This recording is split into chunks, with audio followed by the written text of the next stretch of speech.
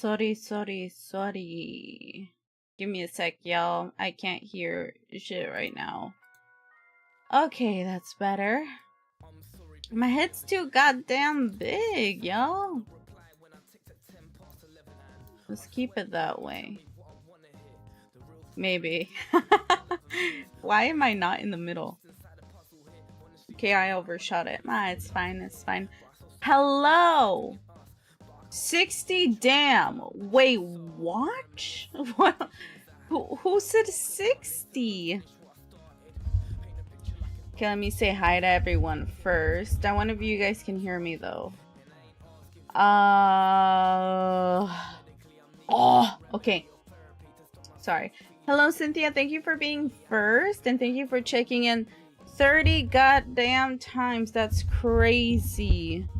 That's actually insane. Thank you so much. Hello, Relu. Thank you for lurking as well. Hope the force is with you. Thank you for lurking 12 times so far. Hello, Ali. Thank you for being second. And 32 times. Thank you for checking in 32 times, Ali. Damn. I'm halfway there. Ali has 60-day streak and I have 30. Wait, really? How are you guys seeing this? Guys, I'm sorry. I'm just kind of like a boomer. Oh, right there! I have to go to specifically, I have to check my activity feed. Sorry, guys. Here, I'll just pop that out. It doesn't show on the chat thing that I use to see both chats on YouTube. So you guys need to let me know when that happens. I feel so bad when I miss that shit, because that's pretty cool. Thank you so much. 60 days, Ali. That's crazy. Let's fucking go. And 30 days as well for Cynthia. Thank you so much. But yeah, let me say hello. Hello, my name is Tamashi, and all I gotta say is Tamadis. Yes, that is my catchphrase. Do not ask. I'm a grumpy Latina VTuber who lives in Japan, and I stream 4 times a week. I'm a political commentator who does TamaTalks on Tuesdays and Thursdays, and I try to advocate for human rights and also encourage people to donate to charity and care about political things, you know, that involves caring about other people. But on the rest of those days, I do variety streaming, usually horror games or roguelites or what else, chat?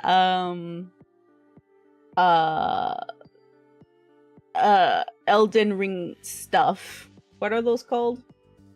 What's Elden Ring? Souls-likes. So there we go. Okay, but yeah, today we're gonna be speaking politically. I forgot actually to do the exclamation mark TamaTalks.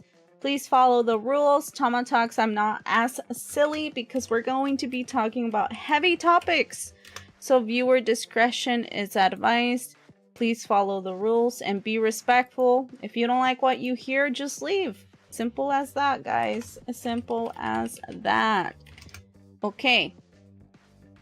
Well, hopefully my thingy works on the YouTube chat, but I'm going to safely assume it doesn't. Oh, it did work. Let's fucking go. Okay. Anyway, today, chat, we're going to be witnessing and learning about what happens in Israeli prisons. Of course, those who have been watching ever since I've been talking about the Freedom Flotillas, all of you guys can pretty much guess what happens in those prisons, right? But one thing that has been bothering me a lot is that, you know, most of the flotilla members have been returned to their home countries. Actually, not all of them. I think there's 10 people captured somewhere in I don't know where. I forgot what country they were dropped off for like a transfer, and then they weren't allowed to transfer to their home countries. But most of them have been returned. And people just stopped talking about it. Of course, you know, the white prisoners are okay, guys. Everything's fine. But everything is not fine, right? It's not. Ding! It's not fine. Sorry, I don't know what I pressed on my computer. It's not fine because Are? What is going on? Stop it. Stop it. Control yourself, woman. Yeah, everything's not fine. And the reason why I say that is because there's still Palestinian prisoners in Israeli prisons. Specifically, and for example, let me get my notes out here. Dr. Hussam Abu Saffiya is still being held hostage. Falsely, not even falsely, he hasn't even been charged with anything, y'all. And I talked about him last year. Was it around Christmas time? I believe it was Christmas time, guys. Shit, it's been December 2024. Shit, it's almost been 2 years? Shit. I remember talking about him because his story was really powerful and intense. Basically, he was a doctor that was being pressured by the Israeli government to stop treating patients in Palestine. They said, "Hey, you give people these people medical treatment. Well, we have a problem with that. We don't like that, okay?" And of course, he refused to stop treating his patients because he's a goddamn doctor. It's his job. And morally, he has to. They ended up killing his 12-year-old son to teach him a lesson because he wouldn't stop treating patients. And even after killing his 12-year-old son with a drone, by the way, they ended up bringing a huge ass tank to where he was working at the hospital, pointed it at the hospital and said, "If you don't come out and talk to us, then we're gonna blow the hospital up with this tank." Now, Dr. Hussam Abu Saffiya, of course, had to make the difficult decision of either continuing to treat his patients, staying in the hospital at the risk of this fucking tank destroying the hospital, or go by himself, walk towards the tank, and let them take him away. And of course, that's what he did. He ended up going towards the tank, and they took him. And ever since then, chat, ever since then, that was December 2024. Ever since then, he's been imprisoned illegally, without trial, without proper trial. He hasn't even been convicted of anything. And he's being tortured. And slowly but surely, those who are paying attention can see the poor guy, obviously not looking healthy as time goes by. One of the sadder things is that throughout these past 2 years, a lot of Palestinian journalists have died. And well, yeah, I've once someone died, I usually did my best to announce their deaths and try to respectfully remember them and continue their legacy of like trying to force people, especially in the VTubing community or even in the streaming community, to pay attention to what's happening in Palestine and to help stop it. You know, demand your your governments to stop funding genocide. It's been difficult. And one of those people who ended up being killed by Israel, a very famous, journalist, Anas al-Sharif, was one of those people that was killed. Hello, Bacon Hamburg, Bacon Hamburg, Bacon Hamburg. Hello. Today I'm doing my political commentary. Please read the pinned and enjoy the show. Anas al-Sharif ended up being one of the many journalists that was killed by the IOF. And I'm mentioning this now because this is Anas right here. Anas on the left side, and this is Dr. Saffiya on the right. Anas knew this guy. He interviewed him. They know each other very well. And what broke my heart, chat, is that a couple days ago, June 7th, well, I guess that was last week, huh? Last week, Dr. Hussam Abu Saffiya, who is, again, imprisoned right now, was asking for Anas. He was asking for him without even knowing. These past 2 years, 2 years have already passed, chat. It's been 2 years since I talked about the kidnapping of this doctor. It's been 2 years since I've talked about Anas being murdered. And it's so heartbreaking knowing that this man didn't even know. He didn't know. Let's read what Dropsite has to say right here. Here, I'll zoom in for you guys so you guys can see better. Boop. Okay. It says, detained Palestinian doctor Hussam Abu Saffiya, now held in Israel in solitary confinement after being detained in northern Gaza in December 2024, asked his lawyer to deliver a message to his son, according to a post shared by Musab al-Sharif. It says, if you can reach Anas al-Sharif, ask him to remind the world of our cause and our suffering. According to the family, Dr. Abu Saffiya did not know that Aljazera Arabic journalist Anas al-Sharif had been assassinated on August 10th, 2025, when an Israeli strike hit a journalist's tent outside of Al-Shifa Hospital in Gaza City, an attack that Israel publicly acknowledged carrying out. So, of course, as always, Israel always flaunts whenever they cause severe damage or just kill someone that is innocent from Palestine. So this is how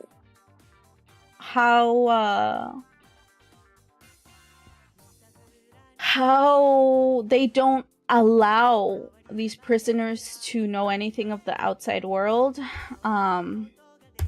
This is how they just, again, without any cause, they either kidnap these people and torture them for years, or they end up just assassinating them.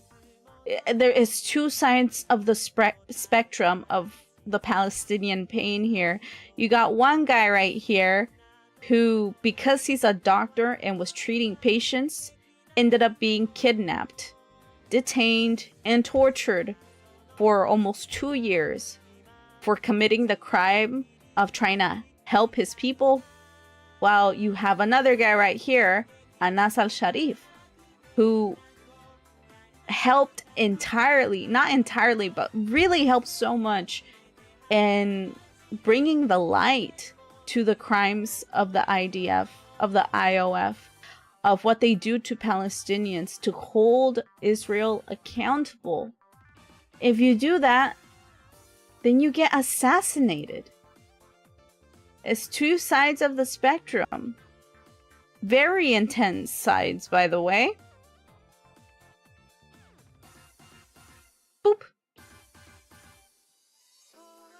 So, every couple of months, we randomly hear about Dr. Abu Saffiya. Okay, we don't know what's going on. Is he okay? Is he dead? Is he alive?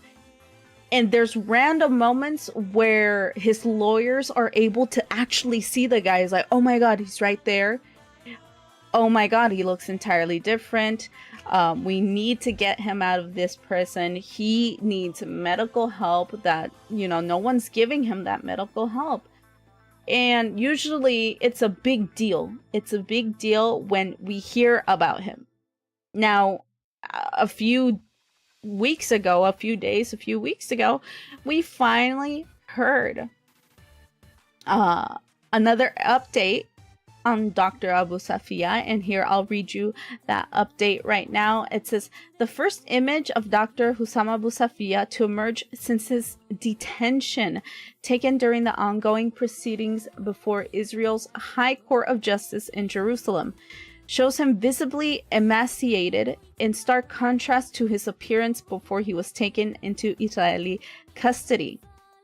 His son warned this week that the life of Dr. Abu Saffiya, the director of Kamal Adwan Hospital, is in grave danger. He has been held in Israeli detention since 2024 after refusing to abandon his patients in northern Gaza. The family says Israeli authorities transferred him to solitary confinement in Nafha prison in retaliation for filing a legal appeal with Israel's High Court. According to the family, Dr. Abu Saffiya is being held in a 2-meter cell? What the fuck? Oh, forcibly starved like thousands of other Palestinian prisoners and denied basic necessities, including clean water, medicine, and access to his lawyer. Oh my fucking God. So this is him, okay, before they took him, and this is the rare footage that one of his lawyers, by the way, was able to sneak a video or sneak a photo of him. This is him now, okay? Now, you guys might think, oh, he looks fine, but the thing is, these bastards are sick in the head, okay? Look at his hair. They did his hair. They put him in clean clothes, but they can't hide the bruises and the scars in his arms. This is obviously a really poor photo. He's not in the prison. Obviously, he's in a clean facility. This is staged. They forced him to look somewhat presentable so that the judge or whatever media, Israeli media, won't believe that this man's life is in danger, okay? But he is. It is. And we know that for a fact because, again, the activists that were sailing to Gaza to bring food to Gaza were also kidnapped and put in these prisons. Even some of them probably were even in the same prison facility as this guy, okay? They were put in these prisons, and then they were tortured and raped. Okay? And these are Americans, these are Australians, British people, Mexicans. I don't know if anyone from Japan went this time, but I know that a lot of people from Europe went. These are all fucking white people, by the way, because it seems like the world only cares about fucking white people. But most of them were raped, were beaten, were tortured. Now, if they're willing to do that to the white folk, imagine what they're doing to this poor doctor that has been there for 2 years. So don't be tricked by his styled hair, by his clean clothes, by the environment that he is in. They are staging this to trick you and me and whoever wants to, I guess, question the Palestinian pain, that it's not real. When in fact it is. Hello, Ladder Coon. How are ya? Israel committing war crimes on Maine and no one does anything. It's crazy. No, it is. It's absolutely insane. That's what I'm saying. I'm kind of bothered that, you know, a lot of us, including myself, we were talking about the flotilla members, right? Okay, let them escape, get them out of prison. They've been falsely imprisoned. And they were tortured way worse this time than last time. But we finally hear news about this doctor, Dr. Abu Saffiya, and I don't see the same energy, man.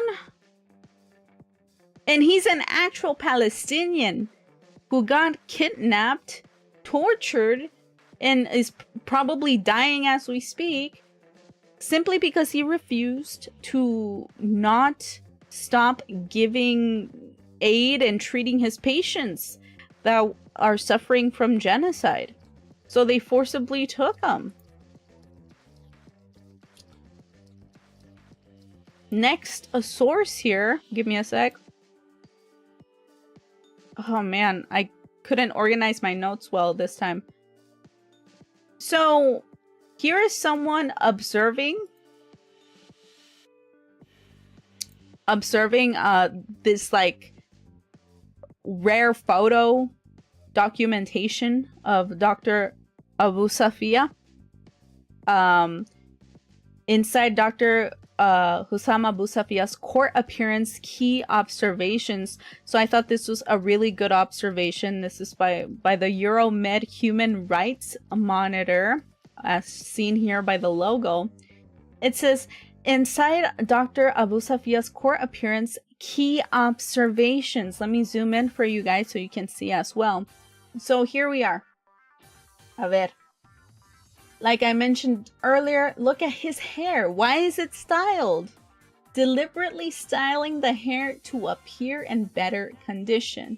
We can clearly see here under his eyes that he is sleep deprived. There's swelling on his cheeks from torture. Weight loss, obviously severe weight loss. We can't really see it very well because of the clothes.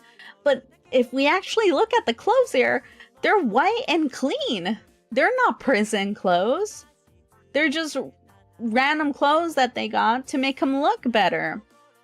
Now, as you can look over here at his arms, he has bruises resulting from beatings.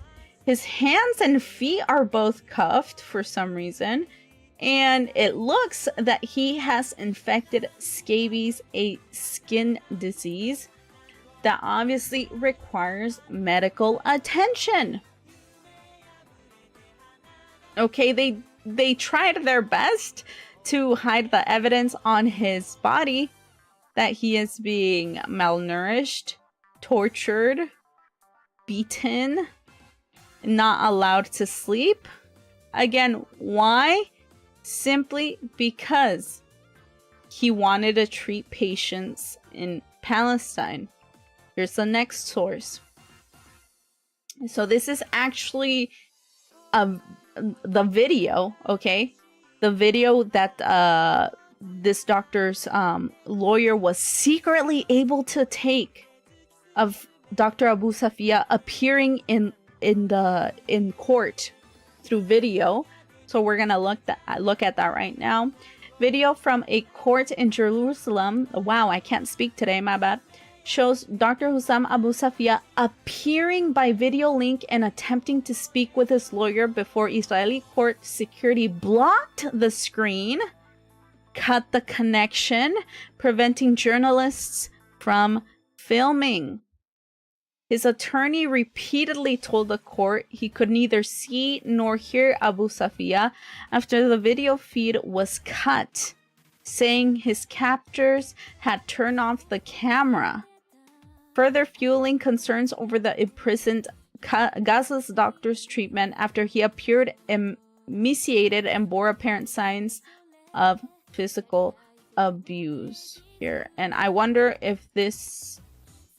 yeah, it does have audio. Let me turn off the background music here for you guys. Haba. Okay, I turned it off.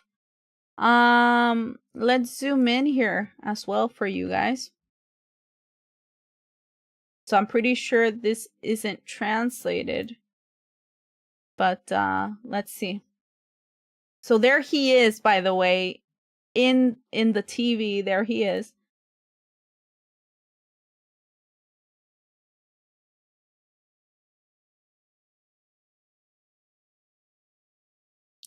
Then they try to block the camera and then they turn it off.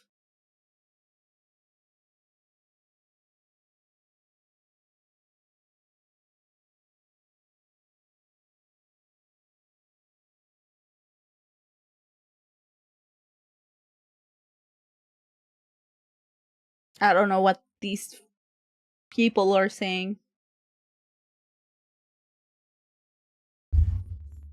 But if they're in the middle of a court hearing, why turn the camera off?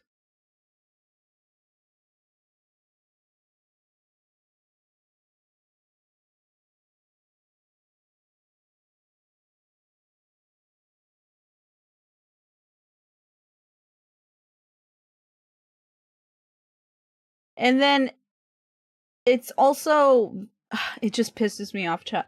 Look, this guy has water, like, and I'm pretty sure, like, when was the last time this doctor had water, man?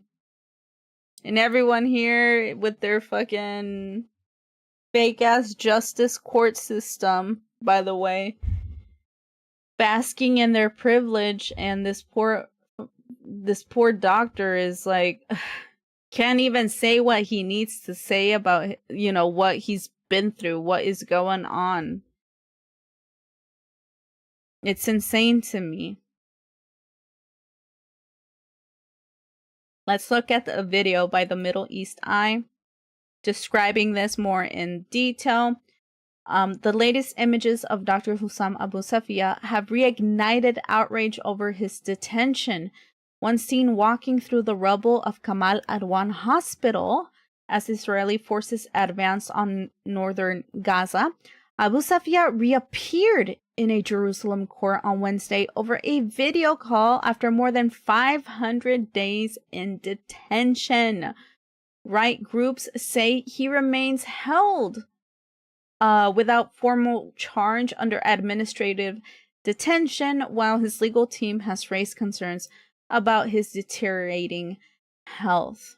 And so I will see if, I don't know if this is in English, but if it's not, I will read the captions for you guys. Let me zoom in for you. Okay. Okay, it is in English. Oh, but I don't know if you guys can hear it though. Can you guys hear it? Please. Yeah, I don't think you guys can hear it actually. Properties. There we go. Okay. Let's try that again. This is the first public sighting of Dr. Hussam Abu Saffiya in more than a year and a half. But to understand the gravity of this image, we have to go back to December 2024.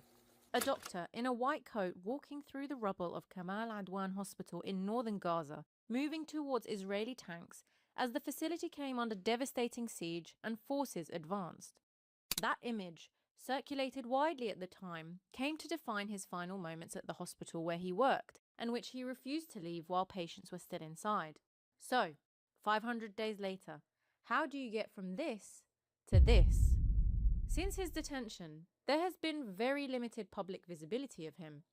Aside from a brief video released in February 2025 showing the doctor shackled, this latest court appearance is the most recent public sighting.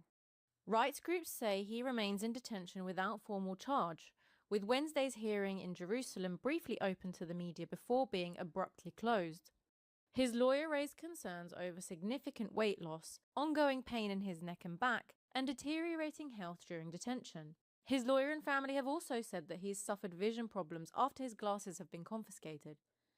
In the footage, Abu Saffiya appears visibly thinner, fatigued and sleep-deprived, with his hands and feet restrained throughout the hearing.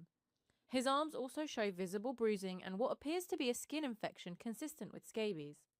That striking contrast has driven much of the reaction online. Posts shared across social media platforms have returned again and again to his role inside Kamal Adwan Hospital. The reaction has also prompted renewed attention on Israel's devastating campaign in Gaza and the impact on the healthcare system. Since the start of Israel's genocide in Gaza, hospitals have been damaged or forced out of service, while nearly 400 Palestinian healthcare workers have been detained. Dr. Abu Saffiya is one of 14 doctors held under Israeli administrative 14? detention, a practice that allows detention without formal charge. And online, the question continues to echo. How does a doctor who refused to leave his patients become a frail detainee held in solitary confinement behind a courtroom screen? And that is the question. It's pretty easy one to answer. It's like, if you want to commit a genocide, you gotta get rid of those who are preventing people from dying. That's just how you do things. Even right here, Amnesty UK, an organization, a human rights organization, who fights for human rights around the world, is also talking about this. They say, the recent images of Dr. Hussam Abu Saffiya are shocking evidence of Israel's abuse against Palestinian detainees. Dr. Abu Saffiya has been arbitrarily detained for 1.5 years without any charges. They're just keeping them there for funsies. Like, what the fuck? He didn't do no crime. While being physically abused and denied health care, his recent solitary confinement adds a further layer of concerns over his deteriorating health. Dr. Abu Saffiya must be immediately and unconditionally released. Israel must release all Palestinians arbitrarily detained. States must pressure Israel to stop abusing Palestinian prisoners. And that's where we're going to now finally look at Aljazeera's newest documentary that describes the torture in more detail, the torture that these Palestinian people go through every day, okay? In detail. This new documentary is called Bodies of Evidence. Why? Because not only the dead, but also the living have so much evidence on them, on the abuse, on the genocide, the generational trauma that Palestinians go through and have been going through ever since the Nakba. They are still suffering, and maybe many people don't know what they go through. And this new Aljazera documentary goes really into it. Very descriptive. Viewer discretion is advised. Once again, this is an 18+ stream, and we talk about politics here in order to humanize people around the world, especially Palestinians. We're gonna watch this documentary. It's basically an hour long. I don't know if we'll be able to watch all of it. I want to, but I know I'm gonna commentate on it, so it might take more than an hour. And depending on the time, I will leave when I need to leave, okay, y'all? But we're going to watch this documentary by Aljazera called Bodies of Evidence, one of Aljazera's originals. We're going to learn more in detail what Palestinians go through in these prisons, what kind of torture they go through, okay? Let's get started, and let me also check the audio for this, okay? Okay, there we go. Okay, so then I do have to pay attention a lot here, chat. I'm going to read the captions for you guys, especially for those who are lurking and are working. Can't read the captions. I will read them for you. Let me go get my water first, because I'm hella thirsty. You guys go get water too.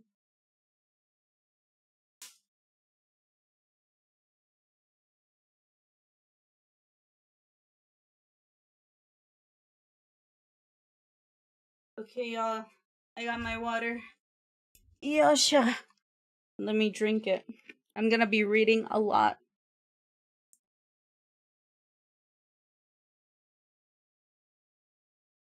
Ay, ay, ay. Okay. I'ma be reading a lot, chat, let me tell ya. Let me check my YouTube first, actually. Okay, we're good. Okay, chat. Now I'm finally starting. So, I'ma read this. What we saw, no one in the world saw. Okay?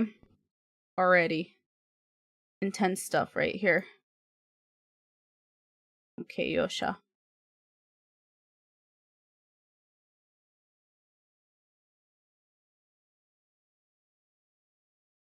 وفي العالم كله. All charges against 5 soldiers accused of sexually abusing a Palestinian detainee at the DETAINED military prison in July 2024 have been dropped. Soldiers committing acts of sexual violence against Palestinians, They were raped, often more than once. including minors. طبعا كانت الظروف سيئة لدرجة ما Their conditions were worse than anyone could imagine.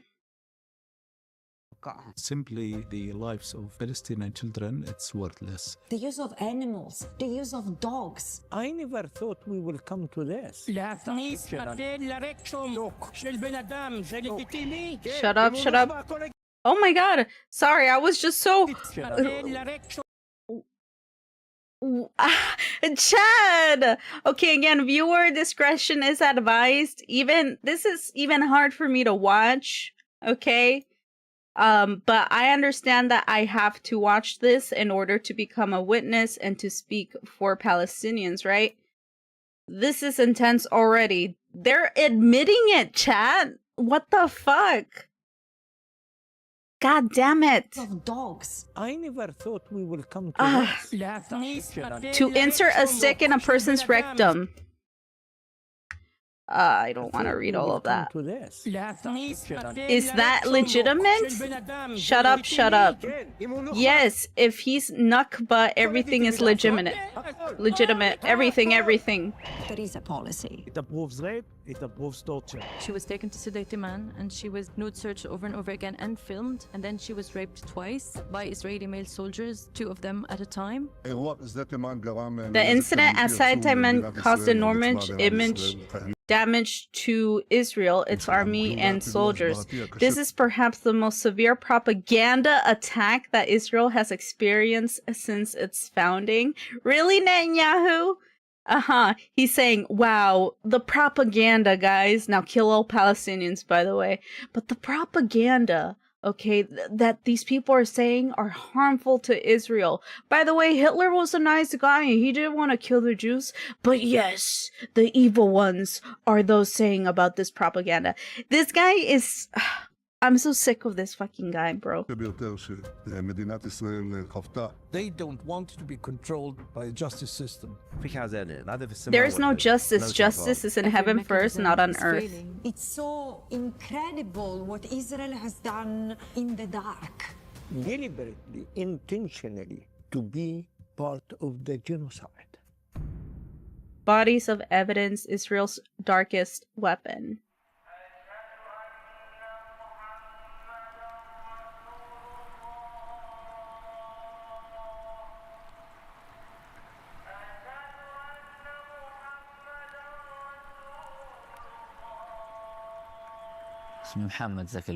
My name is Mohammed Saki Al-Sari.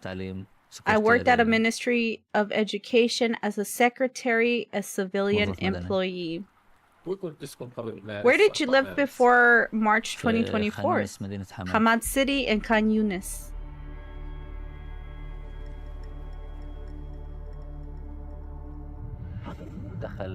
The occupation army entered and started randomly shelling the civilian homes. There was gunfire. There was shelling of some apartments as we left. We didn't know where to go. They were calling us with drones or quadcopters. They stopped me, my wife, and my children. The soldier said to me, "You, come." I was surprised and wondered why. I'm an employee, a civilian. I wasn't in the resistance and I didn't work with them before, so why do they want me now? Has escalated to an unprecedented level after October 7. It has become vindictive. It has become really part of the staple menu of the custodial practices. If you were detained, you would be, oh, God knows what's going to happen to you. Mental, physical torture, sexual violence, including rape. Hi, Emil. Thank you for the third and checking in. Torturing Palestinian children, it's not the exception, it's the rule. There's only one. It's the rule? Jesus fucking Christ. You go to prison. You don't get acquitted. You are always guilty. My mind started racing. Well, I didn't do anything. I thought they might investigate me a little, asking about one of my neighborhoods or one of my relatives. I never knew it would come to this. The first, second, third, fourth affidavits we managed to get, when I read it, I didn't believe it. And I asked our lawyers to reinvestigate. And what I would like to underscore is that the testimonies that have been collected across the occupied Palestinian territory, we are not talking of combatants, we are talking of civilians. I'm a youth activist. I've been working for 16 years in cultural, educational, and training work.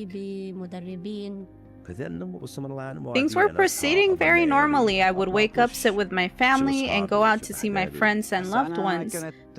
I was a high school senior, 17 years old. I was only focused on my dream. That dream was to become a veterinarian. We are residents of the Kirbet Khamsa Al-Faqwa area. We raise livestock here. I was a student at Birzeit University studying journalism in the sociology department. I was a trade union activist at the university. This was my activity before my arrest. I was arrested on the 20th of October 2024. My wife asked me where she should go, but I told her I didn't know. She suggested Dir al-Bah or Rafah since there was no one left there. I told her, I told her what? I told her I didn't know and to just trust in God.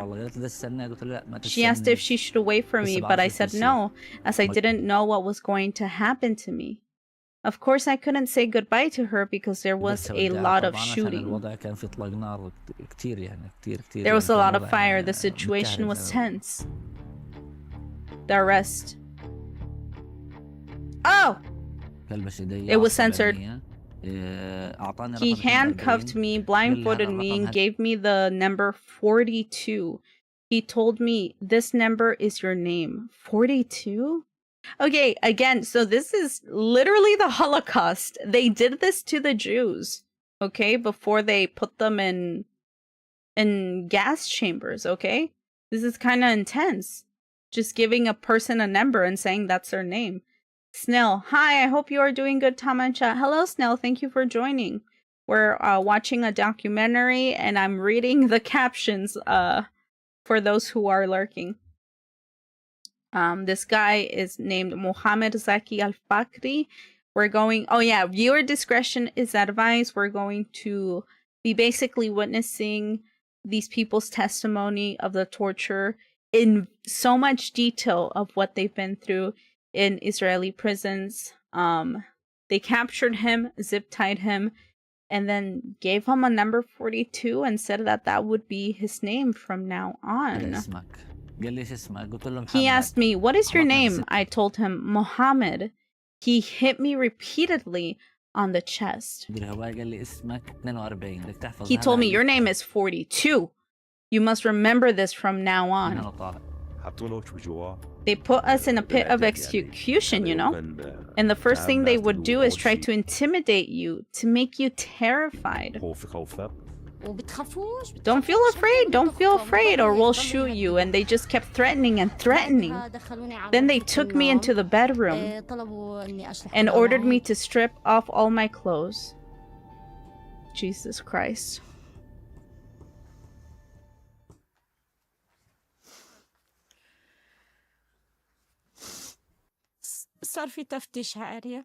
A strip search was conducted. They said, stand up and squat down 14 times, turn around and squat 14 times. So I kept standing and squatting, asking, is this really necessary? She said, yes, it's necessary. Be quiet and do what I tell you. After I said, okay, give me my clothes. She gave them back to me item by item with contempt. The arrest humiliation. We have also documented such instances in many refugee camps. Women said the same things, that they were forced to be nude searched in front of their family members in degrading and humiliating positions under the threats of large dogs, under the threats of weapons. One of them, who actually got beaten on her face and lost her left eye for asking to be searched with the door closed. Every place I went for interrogation and during my detention, I was being searched naked, completely stripped of clothing. So you're not talking about when they're getting admitted into prison one-time thing. No, it's like multiple times a day. This was deeply hurtful. There was no privacy, no ownership over my own body. All children we interviewed revealed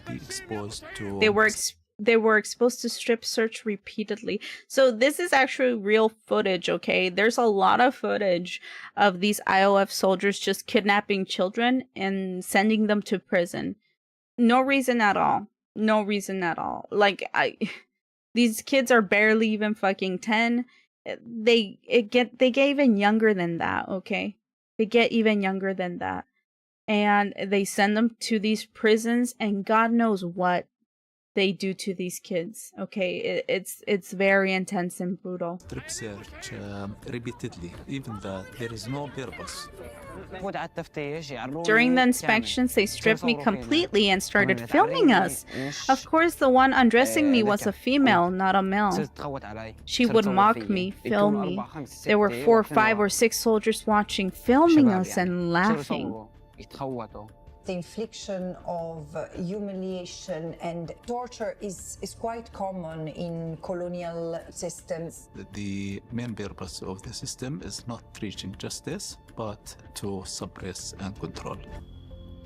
The arrest, suppress, and control. During the British mandate in Palestine, it's documented that the British administration used practices of torture or law enforcement that had already used against Irish insurgency as part of counterinsurgency measures. These practices were also taught to Zionist militias in Palestine. These things are documented. I believe there is a list of different force use permissions that are very, very hurting. It is done by many interrogators. This is the report we get from our clients. When I was in prison, I went through the normal procedure, what's called physical and psychological pressure. That means you wish to die 20 times a day. And I was lucky. Jesus. He removed my blindfold and said, come on, open the phone, you're not dead yet. I spat on his face. I spat on him, then the female soldier hit me hard across the face, and then they left.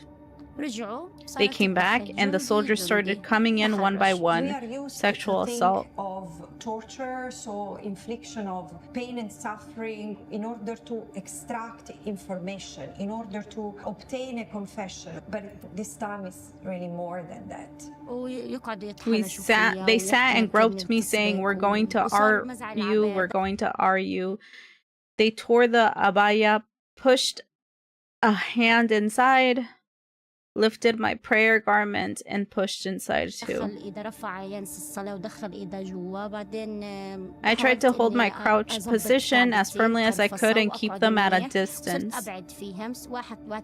1, 2, 3, 4, 5, the same movement, the same violation. A hand from above, a hand from below, and then they left. They left and did not return. All of this happened at night. I had arrived at the base around 3 or 4 in the morning. Then at 8:30 in the morning, one of them came and said, okay, we won't R you. I should just say the word, I already said it. Okay, we won't rape you. We already opened the phone. I said, God damn you. God is my witness against The pattern you. that we have seen between the testimonies was the systematic use of sexual violence to humiliate, to torture, to punish these women for acts that they haven't committed, for acts that they have been accused of committing, and they were not even accused of anything. This is administrative detention. During the last 2 years, there was a spike in the number of Palestinian children placed under administrative detention orders, which is detention without charge, without court proceedings. They said held for 72 hours, file is classified. So here's the thing. We just read about Dr. Abu Saffiya, right? Suffering from this, and again, he has no charges, nothing. He's just being held for no reason other than committing the crime of trying to save people's lives. This has happened to him, and almost 2 years later he's still being tortured. They do this to children too, without any explanation, and use the excuse that all info is classified. ساعة لا ما بنقدر نقول لك ليش ملفك سري. تمام. After 72 hours, they handed me a ruling, administrative correction. Wow. Understand that ill treatment and torture in the Israeli military legal system, it's widespread, systematic, and institutionalized. And the main purpose of this practice to extract confession from Palestinian children, and confession extracted by force will be used by the Israeli military legal system as a primary evidence before the military courts. She said lots of sexual things she would do to my sister. I will never forget that moment. She said those words as she struck me. I started to cry.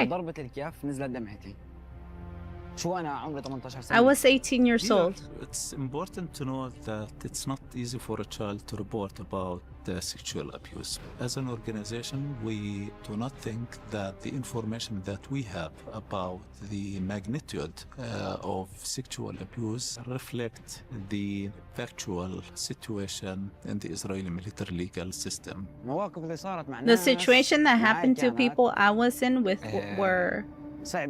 It's a little difficult. Please bear with me for saying this. What happened to others was harder to witness. They stripped him. They had a baseball bat. They inserted it into him from behind. Jesus. That is one incident I saw with my own eyes. When I was in Daman prison, I heard stories from the female prisoners about their experiences. It relates to physical assaults, assault by beating. During the transfer on the bus to the prison, there was verbal abuse. But there were no testimonies of cases of rape of female prisoners during this period. All of these events took place after October 7th. Give me a sec. I heard someone come in and I gotta check who's that. Hi Andre, how are you? We're doing political commentary today. Please read at the pinned. What? Please read the pinned. Welcome to TamaTalks, where I speak on human rights issues. Right now, this is a very heavy topic. We're watching Aljazera's new documentary describing the torture in detail of what Palestinians go through in Israeli prisons. Viewer discretion is advised. If you can't handle intense descriptions of torture, then feel free to look at something else, okay, y'all? Hello, NHK, and thank you for checking in 24 times. That's insane. 24. Gracias, gracias. Thank you for doing the stream. I would probably not be able to watch this without your company. No, this is the reason why I do these streams, because I'm already fucked. Thank you for checking in, Andre. I like your PFP, by the way. It's in my eyeball. Ah, help. But thank you for checking in 2 times. Well, that's a start. Can't wait till it's 22 times. No, but yeah, this is the reason why I do TamaTalks, because listen, like this guy, what did he say? Like 5 seconds ago, he said that what he witnessing these things was way worse than what he experienced, okay? When he would witness someone else be tortured sexually, for him, that was terrible to see. And the thing is like, for me, I don't think I'd be able to take sexual torture. I mean, so far I haven't seen that yet. What I have seen though is mutilation, gore, you know. What I've seen is literally yesterday I saw a man trying to look for body parts of his daughter. The only body part he could find of his toddler, okay, of his baby girl, was her little foot. He found her little foot, kissed it, and then had to give it away so it could be buried along with other corpses, okay? That stuff is hard to watch. That stuff will fuck you up in the brain. That stuff is not, it's not normal to watch, and it's hard to witness. But the thing is, we need people to learn about it, and we need people to witness it. For those who cannot watch that for very obvious reasons, I want to use myself as a filter. You know, if you guys trust me, if you take my word for it, I will tell you what I witness. And I hope that I can help you care about others and those that are suffering from American imperialism, as well as Israeli imperialism, colonialism, and hope that you guys are able to do something in your own way, which is either boycotting major companies. You don't have to boycott everything, but at least boycott the big guys that are funding this. You can donate to charity. I have a fundraiser up on all my streams. Or you know, you can learn history, talk about it, and, you know, teach other people what I'm teaching you. And someday someone with power, with more power than us, will make a difference, okay? That's the whole reason. I understand that people aren't able to look at this stuff on their own, so that's the whole reason why I do these streams. I'm not gonna lie though, it has fucked me up. It has. I think when I first started TamaTalks, when I first started doing these streams, I was more mentally I was losing it. I was definitely losing it more. Yeah, there was times where I couldn't sleep, or I would almost pass out from the things that I've seen. But you know, it's either you let the enemy win and just try to ignore everything in the world, or you know, you try to humanize these people and fucking hell, tell the world of the crimes that they're facing. Unfairness in this world, you know? Let me read chat. I've been yapping a lot. 222. Thank you, Andre. I'm also messed up and seeing things a brain should not. Not being alone is making it easier. No, and it's good. No, that's the thing. That's what they want you to feel, is alone, you know? That's one of the major psychological points that Israel and other colonial powers try to do propaganda. It's like, you're the only one that cares about this, by the way. You're the only one that cares about this, and you're the only one hurting about this. If no one cares, why should you? Why should you? And all I can say is, like, you know, if we let them get to us, then they win. So if you can't do it alone, it's better to do it with someone else who has the same values as you. If you want to learn more and can't do it alone, then it's better to learn from someone else that knows slightly more than you. It's human nature. It's all normal. You know, I understand it. I understand. It's not like this world makes it easier, you know. It's sad seeing others don't care about Palestine anymore. It definitely feels that way. And I think most of the reason as to why it feels that way is because Israel has basically killed off all of the major journalists from Palestine. The consistent updates we would get is literally almost gone now. And that's because Israel has almost killed all of the journalists that you know, used to be alive. It started with Shireen.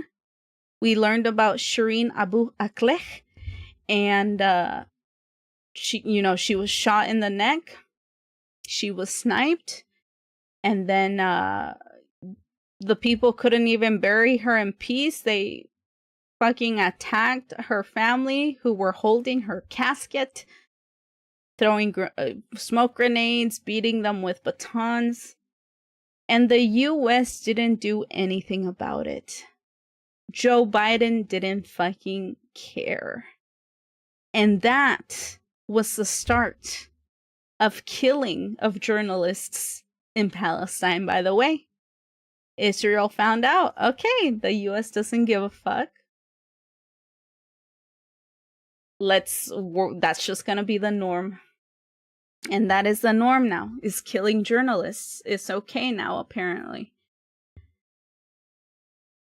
But if people would have talked more about, you know, what happened to Shireen, if there was more outrage, you know, if we would have just listened and didn't allow American politics to be louder than, you know, humanity, I'm pretty sure we could have prevented a lot of this stuff. All of this is happening because we've been ignoring for way too long, chat.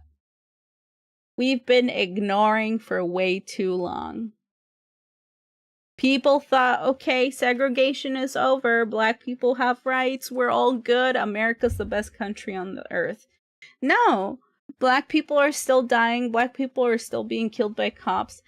You know, and other minorities as well. And throughout all of that, we've been committing war crimes nonstop in the Middle East mostly, and fucking used 9/11 as an excuse to demonize everyone from the Middle East. And no one gave a fuck. And, you know, finally we're looking at the issue. And it's time for us to continue looking. Like, we cannot waste time looking away. We can't waste time because more people are gonna die. And they have been dying. And it feels like no one cares, but it's because people who are talking about it are dying. So it's our job, for those who already know what's going on or want to learn about what's going on. It's literally our job now. Like, morally speaking, you know now. It's not like you don't know anymore. And it's fucked up to say this, but you guys are witnesses now. Are you gonna be quiet? Or are you gonna do something about it? What are you gonna do? If you decide to do nothing, then of course that's your choice. But morally speaking, we know that's not the right choice. Even though it sucks ass, I'm not gonna lie. It's tiring. It sucks. And it's difficult. But that's why we need to stick together, chat. No matter who we are, we gotta stick together. That's the whole point of humanity, I feel. I say this as someone who's like An introverted as hell, by the way. But and I don't even have like friends and shit, but you know, I still think that there's a community out there of people who care and just feel really alone because they feel like they're the only ones who care. But you know, hopefully someday I can make a community that that cares and is proud of it, and other people will acknowledge us and stuff. So that's the goal, though. That's the goal. I went to a big city twice for demonstration, or what's it called? I got overwhelmed by it and had to leave, but we were a lot of people both times. That's good. That's good. That goal is great. It's a slow one, definitely not a popular one, I'll tell you that. But, you know, if it happens, it happens. It won't happen if I quit now. So let's not quit, y'all. We'll watch like 30 minutes more of this. Let me drink more water. It's been difficult reading the captions. And then I have to go to bed soon because I have work and I'm actually pretty sick right now. So I'm pushing through, child. Let's go. Gotta keep on keeping on. Palestinians were not so open to talk about that. While this time, it was like reporting on an epidemic. Today, prisons are more like graveyards. And the testimonies coming out are terrifying. The cell revenge. The general feeling of Israel is that we have to show them, and we have to also, it's very, very strong nowadays, the feeling of revenge. They what happened in fucking Gaza. take selfies of them committing war crimes. Between the 7th of October 2023 and April 2024, when I saw my client for the first time after the 7th of October, I saw a skeleton. I really saw a skeleton, and I did a menu of the food they were getting. They were getting about 800 calories per day in that period. So they all looked like prisoners from the Holocaust movies. Before I was in prison, my weight was 140 kilos. I returned to Gaza weighing 65 kilos. They get beaten all the time. The first hours of the day have passed. It is morning of 5th March. From the first day, they attacked us with dogs and grenades in a system they call the welcome partying or hazing. This was the first day. You are forced to sleep on your stomach, hands bound behind your back, and eyes tightly blindfolded. They set attack dogs on you, followed by relentless kicking. Have been severe beating, slapping, burning, broken bones, broken teeth, sexual violence, sexual penetration through objects, and rape. Also, I saw bruises all over his body, and I saw not just one, I saw 3 prisoners walking down the corridor as if they were just raped. All of them were just raped, and then my client actually told me, yes, just before they brought me here, they raped me with a mop stick. Something that is recurrent is the use of metal rods, cutting metal that might be knives, metal detectors, bottles, this kind of tools. When they were raping us, they wouldn't do it as a group of 2 or 3. No, they would do it one individual at a time. When we returned to the cells, others saw the blood flowing from our backside, and they would bang-aid us or clean us. Oh, what's bang-aid? Bandage us? Is that what it tried to say? Bandage us or clean us or something like this. They don't let the Red Cross in since October 2023. Was it actually spelled like that, or did I have a dyslexia moment there? And if you don't get the Red Cross, and you don't get families visit, so who can report about what is going on in the prison? Only me. Only the lawyer that goes in the prison is the only person that can report on what is going on. But every time I come, they rape him. So then the client asked me not to come anymore himself. Now that I can't say anything to the court. The court cannot help me with this. If the client tells me himself not to come, what can the court do? The court can't do anything. So I think it's on purpose. I think it's a system of the IPS to rape him every time and to torture him. It's not just rape, it's all of the torture, yes? The stress positions, the beatings, the securing of the handcuffs, very strong, and also the rape. All of these together are forms of torture that they do in order to limit the lawyer's visits. They don't like the lawyer's visits. I've also used statements by whistleblowers who have been collected in Israel. When you put together, I mean, they totally corroborate what Palestinian former detainees and their lawyers say, but also they add something more. It's that this sense of incredulity in the face of the absolute power that anyone in the Israeli security system or in the Israeli military system was afforded vis-a-vis Palestinians. They say we could do to them whatever we wanted. Wow. That's crazy. No, we can just do whatever we want to them. You don't understand. They're prisoners. It was spelled Band-Aid. Okay. Thank you. So civilized. They still condone torture. And oh yeah. They literally had a January 6th rape parade where they got pissed off that there was an Israeli whistleblower, very rare by the way, an Israeli whistleblower who showed evidence of a doctor being raped to death, killed, his organs completely destroyed. He was killed, and Israel was forced to send all the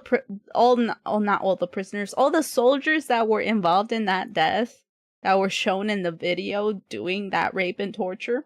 They were sent to prison under investigation. You know what the Israeli civilians did? Civilians, by the way. They literally went outside the prisons, demanded that they free these patriots who were serving their country, saving their country from Hamas by raping these people, by the way, raping. That they had the right to rape, that they did nothing wrong. And you know what happened? You know what fucking happened? They released them. They released them. And they're seen as fucking heroes, okay? Not civilized at all. Jesus Christ. God forgive me. The most moral army, in quotation marks.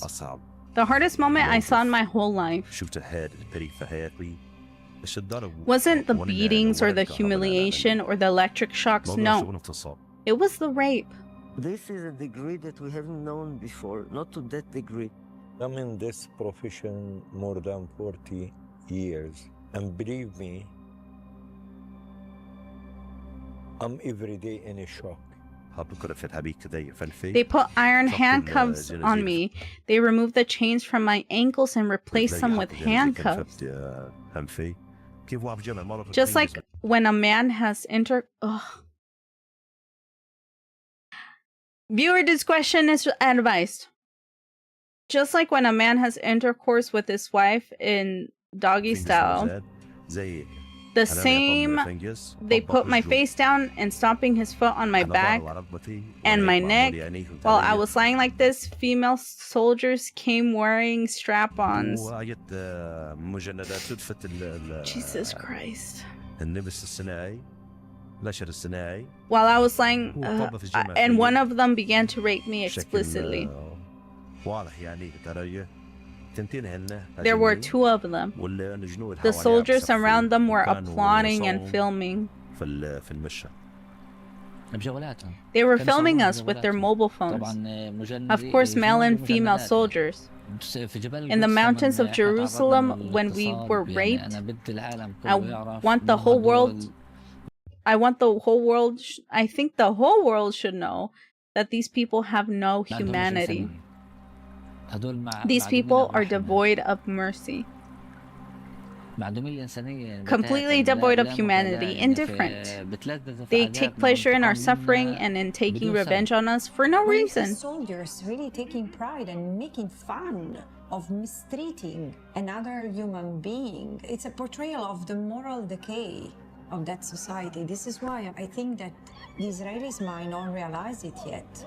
But this is the end of their society as it was, because they've always discriminated against the Palestinians. But there was a value system. That value system is completely lost. Men and women being raped systematically, not by human beings, but by animals. I never thought we will come to this. I think the date was the 10th of April 2024. This was the worst day I went through there.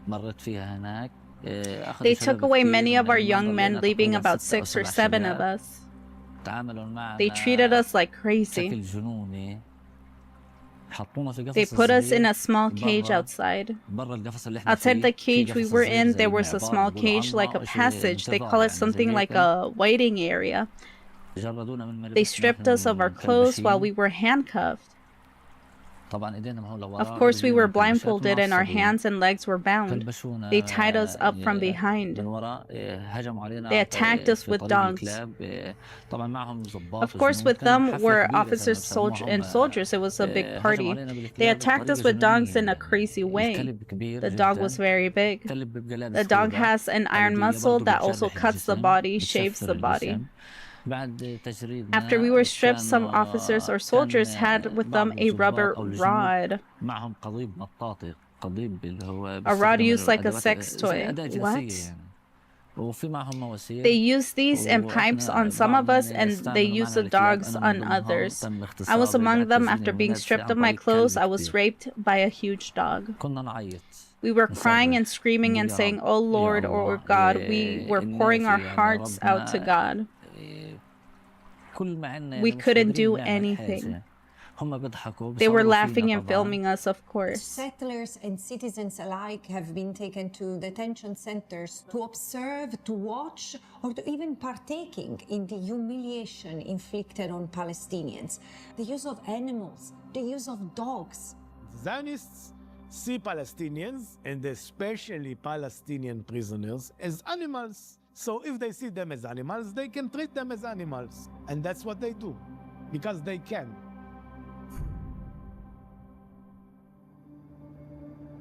Basically, since the International Committee of the Red Cross is not allowed to be in detention centers, we don't have many evidence beyond testimonies, but we have the video that was leaked by an Israeli soldier in Sedatiman prison. The footage appears to show soldiers taking a Palestinian detainee aside at Sedatiman Detention Centre in July last year and using their riot gear to hide them allegedly sexually abusing the man. The only case of rape that was caught on camera has resulted not only in non-prosecution of those involved who have been glorified by various... That's the motherfucker, chat. That's one of the motherfuckers that raped that guy I was telling you guys earlier. And look at the people in the background, so proud of this guy.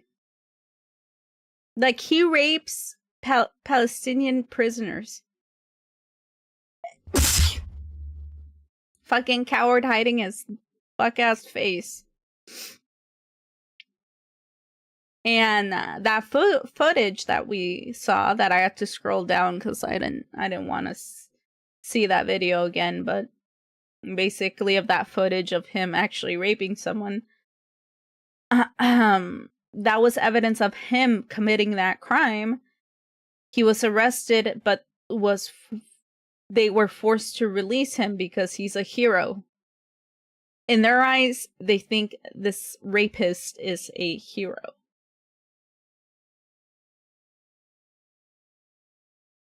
Various segments of the Israeli societies, they put him on the news. Imagine having a rapist be like, "Oh no, yeah, I love rape. I do it all the time," to these Palestinian prisoners, and you get interviewed for that.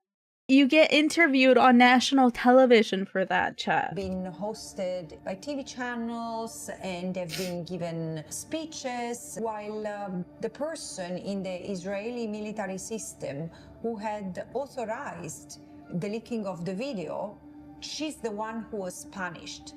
The former top lawyer of the Israeli military has been arrested over a leaked video showing Israeli soldiers brutally assaulting a Palestinian prisoner. Major General Yifrat Toma Yerushalmi resigned last week, saying she took full responsibility for the leak. She's now being detained on suspicion of obstruction of justice and breach of trust. Those who practice rape are the heroes of Israel, and they are hosted in TV programs with their faces, with their names. There has been not a real uproar among the Israeli societies. Today, Look, he's not even hiding his fuck-ass face anymore. He's not afraid anymore. You see this shit? That's how proud they are. What the fuck? That's how normalized it is to rape someone in Israel. That's totally cool to them. That's awesome to them. He's not even hiding his face anymore, chat. racism is not something to be ashamed of. On the contrary, we hear so many, even parliament members, proud of it. Such widespread torture is not being done by some one guard or this guard or that guard. It's something systematic. It's something that the whole system is aware of. This is policy, not pathology. So the Timan story was the tip of the iceberg. B'Tselem and Physicians for Human Rights in Israel have documented the existence of a torture network. I remained in Sidi Timan for 15 days. I was raped twice by female recruits. One by them, once by an animal, a dog. After 15 days, I moved to another prison, the disco. I stayed there for 3 days. This whole disco prison thing is just speakers with loud music to bother you. I stayed at the disco for 3 days, then they transferred us to a prison, Ashkelon prison. Ashkelon prison, chat, is one of the prisons that the Flotilla members ended up being put in, by the way. The unusual interrogation, beatings, humiliation. I was kept in the underground cells at Ashkelon for months and months. We never saw sunlight. During the period I spent there, I was not raped. Because Ashkelon is primarily for Israeli intelligence. From Ashkelon to Offer, and Offer, yes, I was raped by a female recruit and once by a dog. I didn't see such things in such messes before. No. Maybe it was done during a war by a secret. Maybe it was done by soldiers. I don't know. But I haven't seen it like professionally. There is so many males and females. We have instances of rape being documented by Israeli female soldiers using inspection devices against women. We have also documented a case of rape against a woman from Gaza by male soldiers who gang raped her and filmed it. I started reading and putting everything together that came out of these reports, that I realized that it was a pattern, that it was widespread, systemic. It was the norm rather than the exception. There is a significant difference in legal terms, at least, between isolated and sporadic acts of sexual violence and when the same acts are part of an institutionalized policy. In other words, they are systematic and widespread. The ICC deals with international crimes. International crimes are genocide, the crime of aggression, crimes against humanity and war crimes. These four are the international crimes. So an individual act of sexual violence against a Palestinian detainee is a war crime because committed within the context of a belligerent occupation, and this is true in relation both to the West Bank, including East Jerusalem, and the Gaza Strip. But when these individual acts are part of a wider policy, in other words, they are organized and they are widespread, they amount to crimes against humanity, according to the law of the International Criminal Court. Jurisdiction of the court is not an exclusive one, but it's a complementary one, meaning that the court steps in only if the relevant country who has the primary jurisdiction over such crimes is not willing or is not able to prosecute and judge these crimes. 2 district judges that I complained about the torture, about the rape, both of them told me, we will not discuss these issues.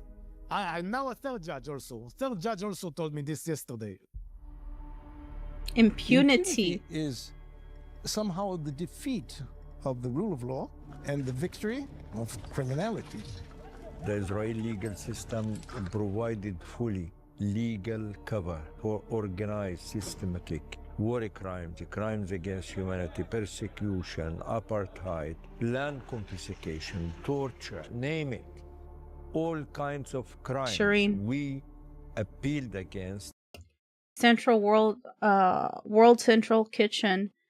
This is a non-profit organization that feeds those from impoverished countries. They feed them, they cook for them, they try to feed people who are suffering from war, in this case genocide. An Australian, someone from the UK, I believe someone from Russia, I think 3 or 4 Palestinians, and an American as well, were driving to go feed Palestinians who were hungry. They were going to the kitchen to cook and feed these people. And all of a sudden, there was these drones that were chasing them. They bombed the car in front of them. They were chasing this white van that was clearly marked on top saying World Central Kitchen. They were telling them, hey, we are not Hamas. Hey, we are a part of, a legal organization to help feed these people. They didn't care. They bombed them and they killed everyone. They killed everyone. And it forced not only World Central Kitchen, but many other organizations that are dedicated to helping people suffering from starvation, from lack of medical supply, lack of food, lack of mental health. These organizations, like for example, Doctors Without Borders, are forced to not continue their services, and specifically in Palestine anymore. Why? Because Israel doesn't give a fuck. They will kill anyone. If they decide to kill an American, they will. If they decide to kill someone from the UK, from Australia, any first world country, they don't care, they will. They will not guarantee safety for outside countries doing legal work, by the way. Legal work of feeding these people.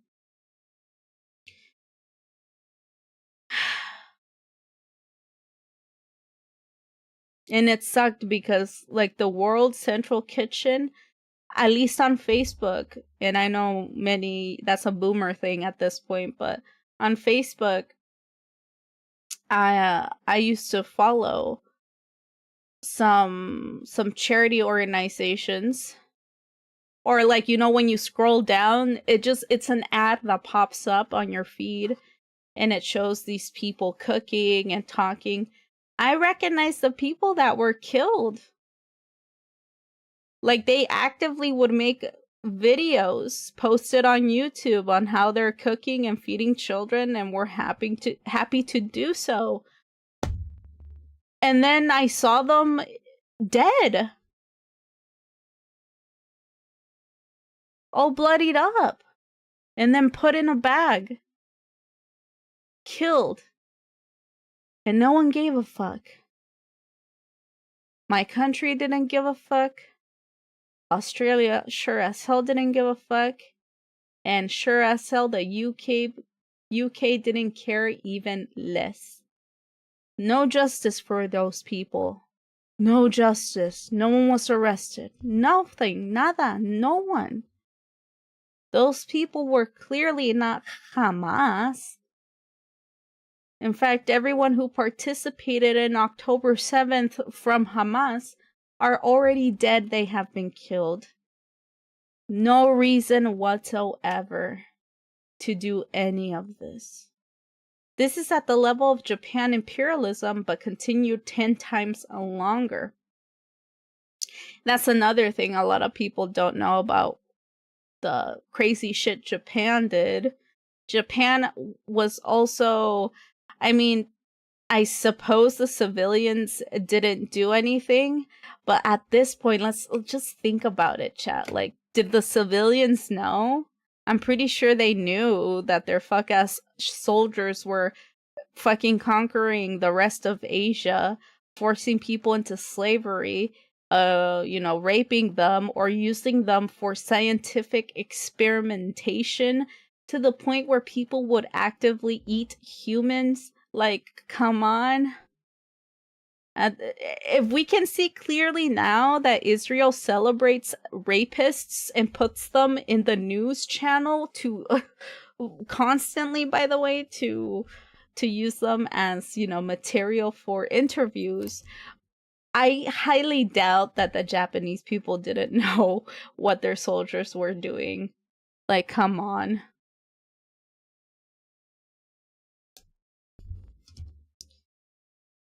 What's going on in Palestine?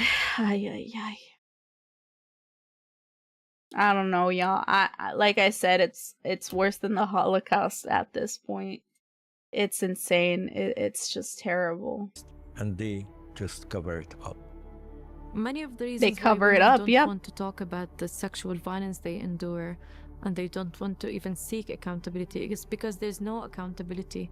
There has never been an Israeli national convicted despite all the evidence. Even when they initiate investigations into alleged, let's say, sexual violence acts in prisons, the soldiers are acquitted. They're being celebrated on national Israeli TV. Look, they're celebrated for raping So you people. can imagine what it does to people who are trying to seek accountability. The Israeli military justice system is unwilling and most likely even unable to put in place any proceedings against Israeli nationals. No, well, yeah, like, literally, you're right. Like, fucking hell. Look what they did. What Japan did to comfort women in Korea and China and all over Asia. That was so normalized. Normalized. That is rape.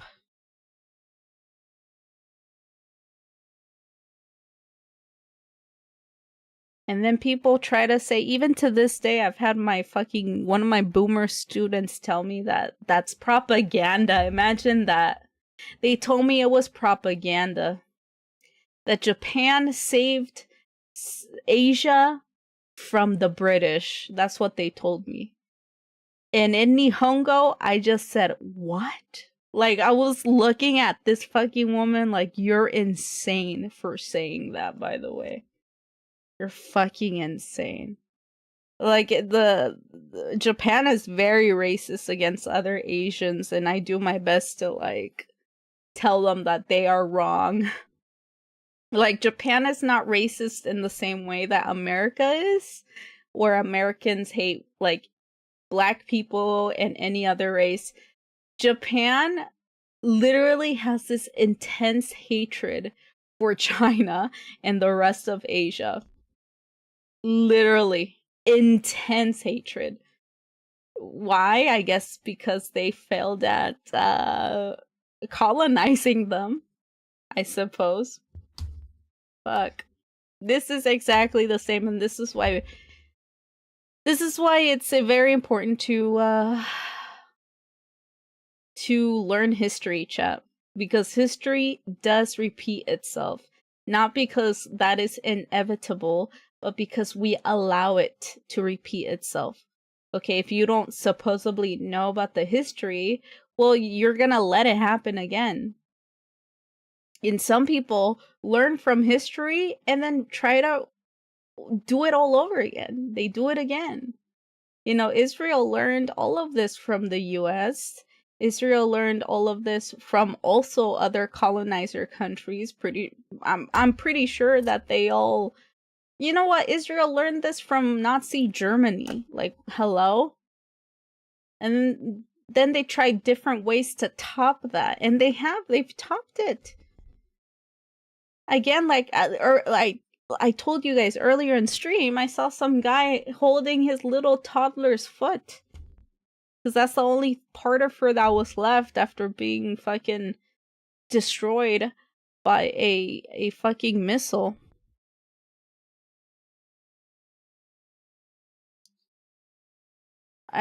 I just don't... It sucks, man. It ain't right. But that will continue if we keep ignoring it. It's just so insane how similar it all is. Like, all of this...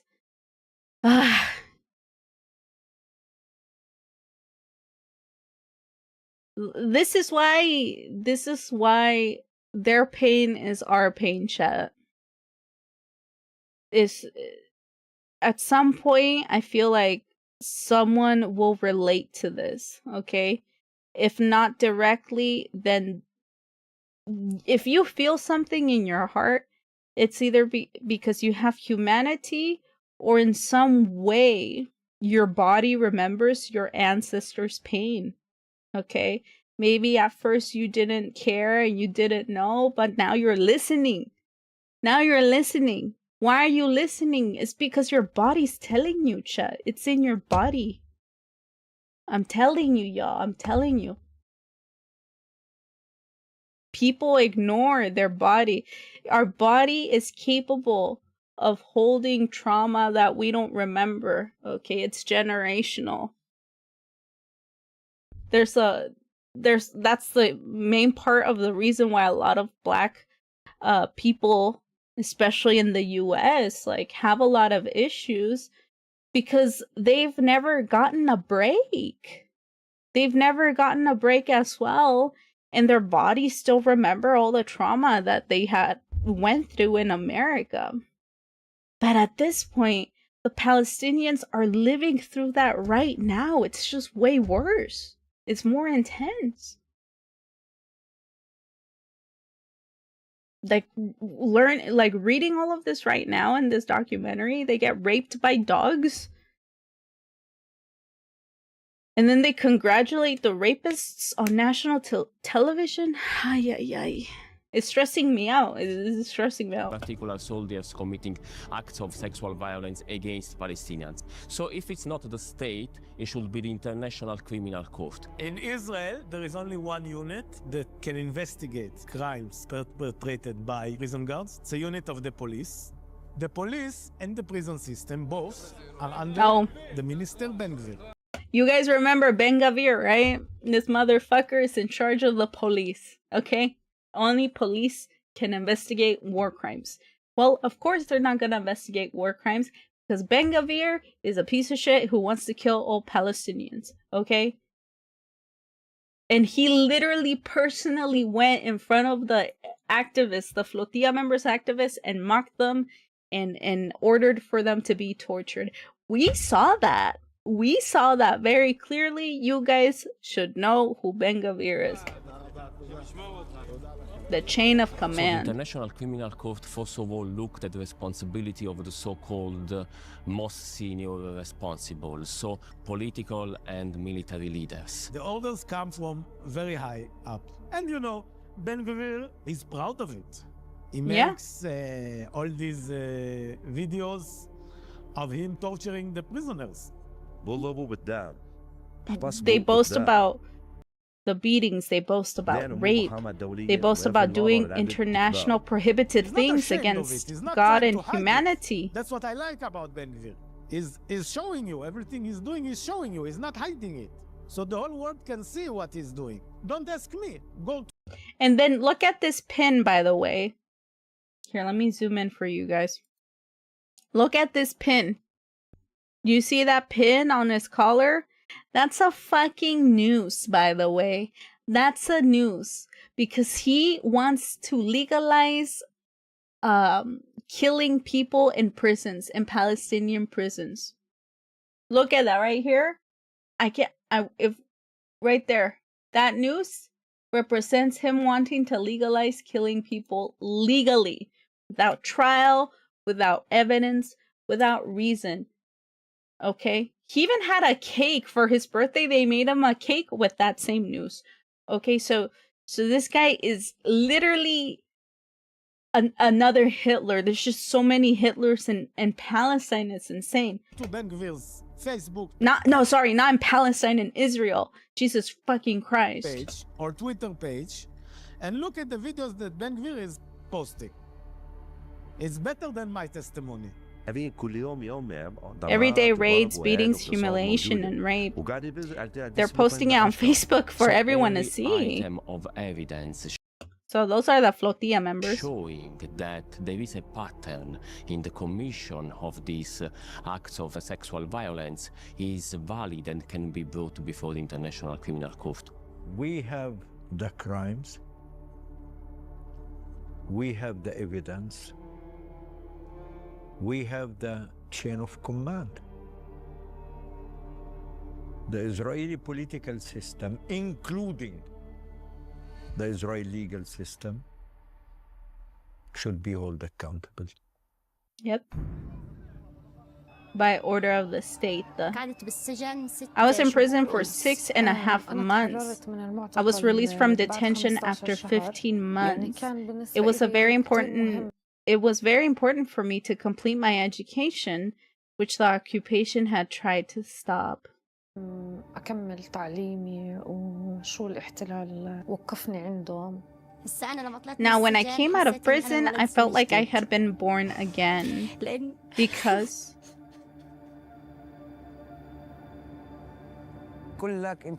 they told us you are going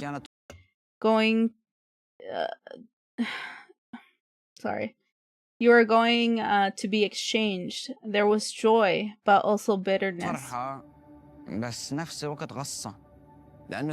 Because there were people I left behind who were very young little children.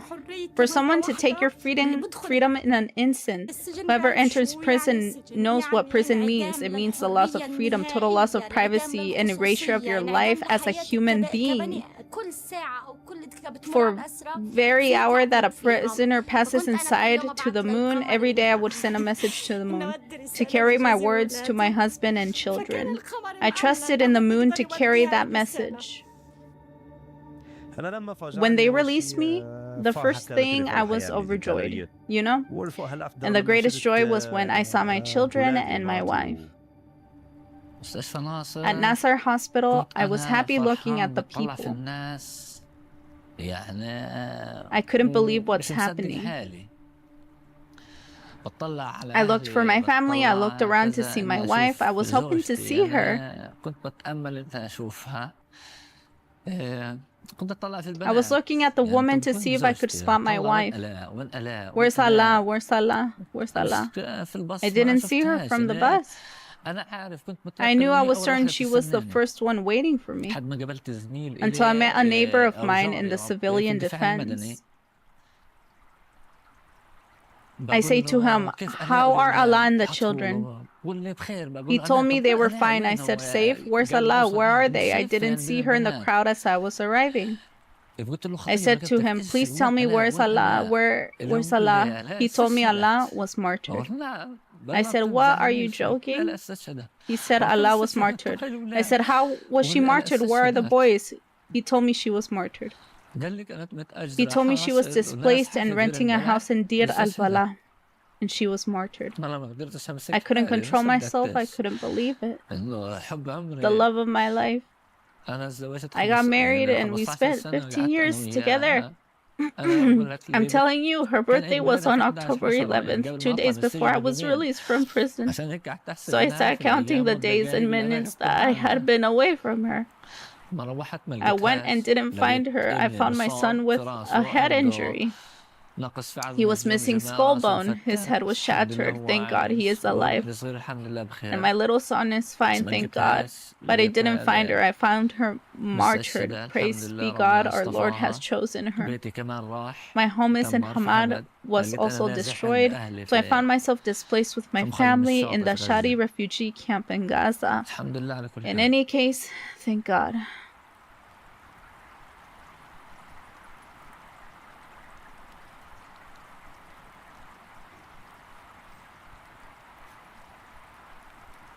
This is not mistreatment, this is not torture. They want to spread all over the place terror, fear, anxiety. It's part of genocide.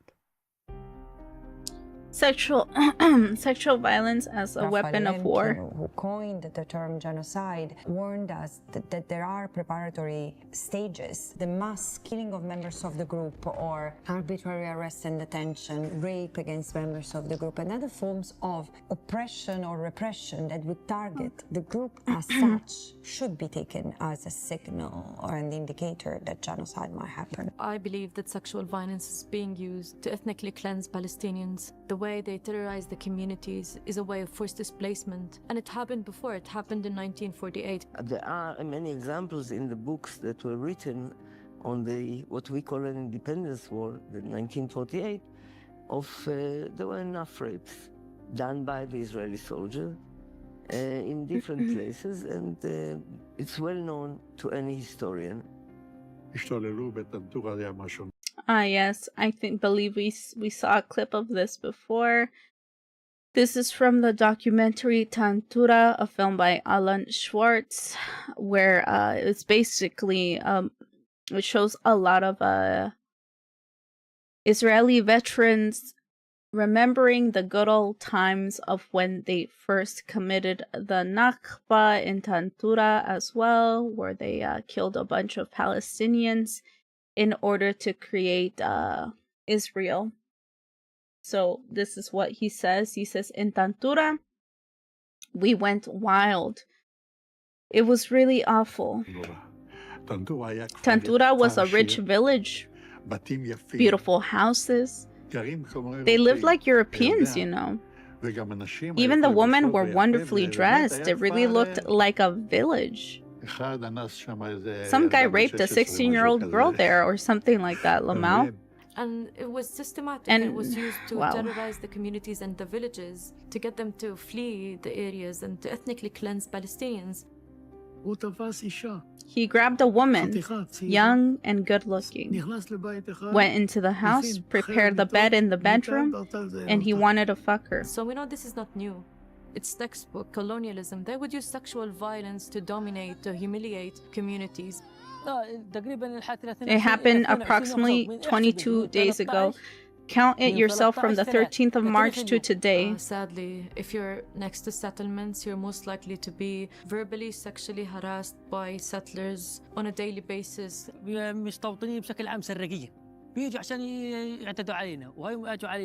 came to attack us. They took our livestock and attacked us, including the children, the women, every member of the family.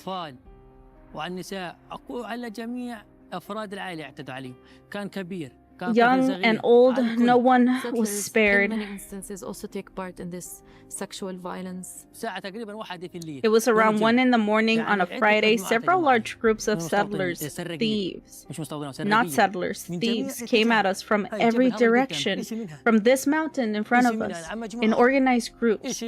They came and seized the children, the women. They bound all of us. Some tied, some beat, some opened the sheep pens. They stole everything in under half an hour. I personally was in that tent. I was asleep. 2 foreign women, peace volunteers, were with me. They bound and beat them. They beat me too. They tied my hands. You can still see the marks from the plastic restraints from here to here. They stripped me, they pulled off my trousers and my belt. They bound my genitals with a plastic zip tie and pulled it tight. They punched me in the eye and it swelled shut. They dragged me approximately 100 meters from this tent, the first one to the tent above. They had herded the men, women, and children into that tent, and they dragged me humiliated in front of all of them. They poured water and dirt over us, cursed us, and threatened the woman. If you do not leave this place, we will come back and burn you. We will rape your woman. Targeted boys' genitals in Gaza with snipers. We have documented that in many instances that women were beaten on their genitals in Gaza, West Bank, in Jerusalem as well. So they're targeting everything that is related to reproduction. The intent to destroy the person as such, to destroy the universe of that person, including the sexual sphere, it's pretty evident. They cut off all 10 of his fingernails, ripped them off with pliers. I saw this with my own eyes. These things and even, oh God bless our Prophet Muhammad, the head of his penis, they pulled off his foreskin with pliers. I saw it with my own eyes. The violence used against the genitals of the persons, I mean, some had their testicles smashed repeatedly to the point that this might become impairing to procreate. If you attack someone's genitals or you try to prevent birth in a group, that's genocide. When you read all together the statements of the current politicians in the context of what has been said and done to the Palestinians for the past decades, you can see that the aim is really use this acceleration of history and this extreme violence to force Palestinians to go, to pressure Palestinians to move out of Palestine. It is a vast open area. It is theft. They do not want people to live here. They want to displace and expel people from this area, from these lands. They want to take them for themselves. Sexual violence, I believe they use it to terrorize because they know of the stigma. They know what it means for the Palestinian community. Many women and many men are terrified of being sexually violated at a checkpoint in detention centers if they get their home invaded by Israeli soldiers. So they have managed to instill this terrorism, sexual terrorism in a way. All of this is psychological. All of this is interconnected. The self and the body together, all connected.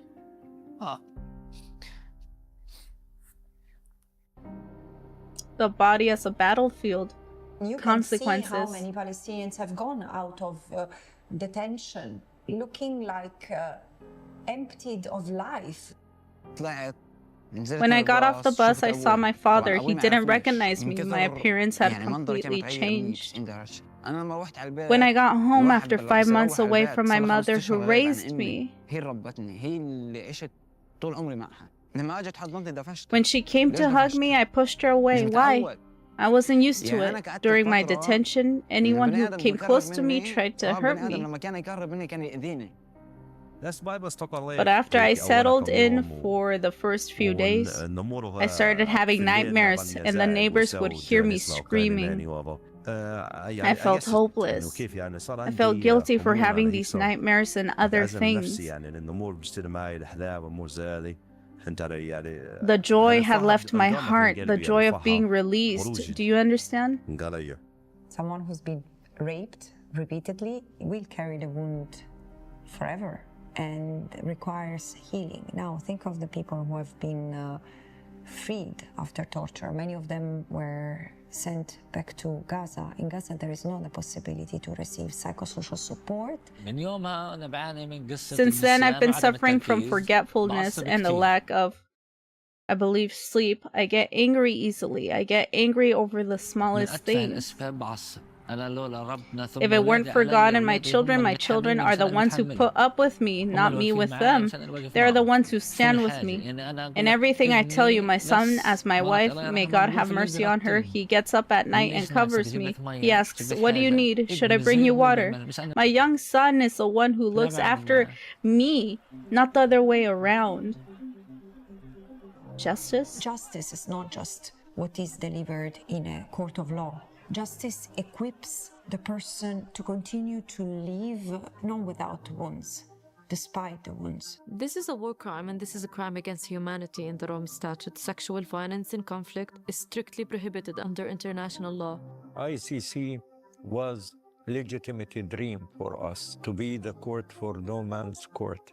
The court was created as a tool in the long term to end impunity. But then it's a political will that makes it effective. The international law in this moment is completely ignored by some powerful countries. America is strong. America supports Israel. Israel and America do whatever they want.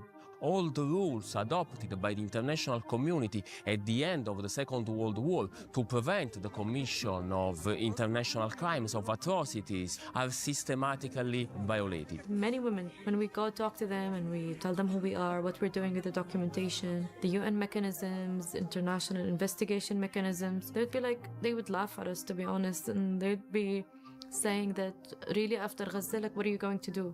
About 7 days before transfer from Ramon, 4 female lawyers came to see us. They said they had been sent by the International Court of Justice. How does food enter? How much food do you get? What's lacking? What are they doing to you? How do they beat you? What is the mechanism of these things? Do they use dogs? Do they use other things? All of this they asked us. What did they actually do for us? They came, wrote, and worked, but nothing changed and nothing happened. On the contrary, the raids on us increased. I have the feeling that we are not in the best moment for international justice, in the sense that whomever has tried to seek accountability for the Palestinians have been punished. Targets. In an unprecedented move, the Trump administration has sanctioned 4 judges of the International Criminal Court. The issuance of an arrest warrant against Putin is good, and the issuance of an arrest warrant against Netanyahu is not good. I think it's really something which is unacceptable. Sanctions continue to ensure that the Israeli Authority enjoy impunity, but at the same time, they are an attempt to destroy the entire international justice system, which are supposed to put all states on the same level. And this is really hard to say, but the court has weakened. Working for rule of law and human rights under criminal occupation, that means by definition you will pay for it. We communicated this case where the 15-year-old child revealed that he exposed to rape by an object to the U.S. Foreign Department. We examined these allegations. We believe they were credible. We put them to the government of Israel. And you know what happened the next day? The IDF went into the DCIP offices and removed all their computers and declared them a terrorist entity. I have 2 complaints against me in the Bar Association, one by right-wing activists and one by the IPS. I am dealing with it. I filed my replies to their complaints and I'm waiting to see what will happen. I don't know. Even if they take my license, I will not shut up. We have been imprisoned. We have been tortured. In this war, my personal assistant was assassinated with his wife and 2 children, 2 fantastic young girls. While they were sleeping, they were targeted and killed. We lost 2 of the most wonderful young lawyers. With their families, they were erased. I was targeted and bombed with 985 kilos bomb. And luckily, I survived, me, my wife, and my son. It's a miracle. Otherwise, I'll be one of those who has been buried under the rubble. They think we will give up. We'll not give up, with that. Have you ever been in a moment where Persevere. you thought, I can't keep doing this? No, there was never a moment that I thought I can't keep doing this, to be honest. Because it's part of my responsibility to honor these women in a way, and to give back to my community and to my society. My message to Palestinian women and female prisoners: remember that you are strong no matter how much colonialism tried to exploit our weaknesses, or our bodies or sexuality as a weapon against us. This is a crime committed by colonialism. Following October 7th, we had many women, courageous women, go out to the media, talk about what they have endured in prisons, and this has paved the way for other women following them to talk more. The more we hold on, the more these experiences will pass, and we will win. They felt like they were not alone. There's more acceptance in the community. The community is trying to have them and support them. Yeah, and this didn't exist before. I felt that the entire period of detention was a dream and it was over. That's exactly how I processed it from the very first day. From the first day they took me from home, I felt like this was a dream, and truly it was a scene, a dream, a film, and it passed. That's how I chose to see it, and psychologically that's how I lived with it. Not superficially, but from within, that's how I dealt with it. Does this affect you physically? Does it impact? No, not at all. I always say, I'm someone with strong character. When I got out of prison, my family sat with me. They said, we haven't reached the end of the road. You are stronger than this. They took me to a psychiatrist. I spent some time in therapy. Then I went down to the market. I registered for high school again. I decided I will rebuild myself from the beginning. I would go back to being the strong person I was, and stronger. Sexual violence has served a specific purpose. It's brutal if it's used against women or men. It doesn't differentiate. But the way it's been used against men, it really gives the idea of wanting to break the spirit of these people. Nothing will stop me. Whatever I think of, I can do. After high school, I worked extra hours to save up for university. Now I am in my second year and I will finish it. I expanded my work. I opened a small stall, modest, not very big, to earn for myself and my family. I am putting my sister through university. Praise to God, I am a breadwinner now. We lost 400 sheep, among them lambs, yearlings, and large sheep. Mothers, rams, and goats, all of it. A total of 400 heads of livestock. Our only source of income stolen. We will overcome this. We cannot be hostage for thugs, genociders, and the criminals. And whoever helps us, whether the army, the police, the authorities, whoever returns them will be number one in my eyes.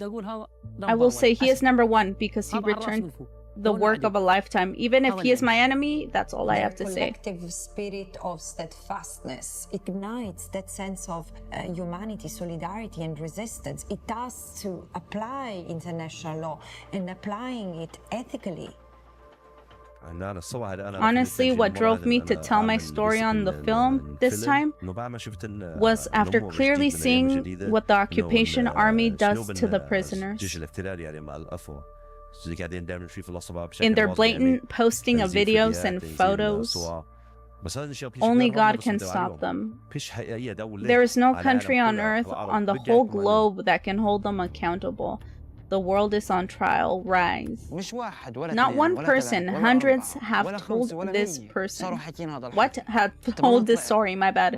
I got out, but the people still inside, some came out without their minds. Rage. Complete rage. I feel complete rage when we document these testimonies. I am a person, and I tell you, until this day, I'm still hurting from this. Still upset, still suffocating. Today I stand and fight. I try to survive just to earn my bread. But where are you? Why aren't you standing with us? Why are we alone? As long as there is no pressure, Israel will continue its violation against Palestinian children. Well, don't you see what is happening? Don't you see what's going on? Where is the world? Unfortunately, the international community allows Israel to act with impunity.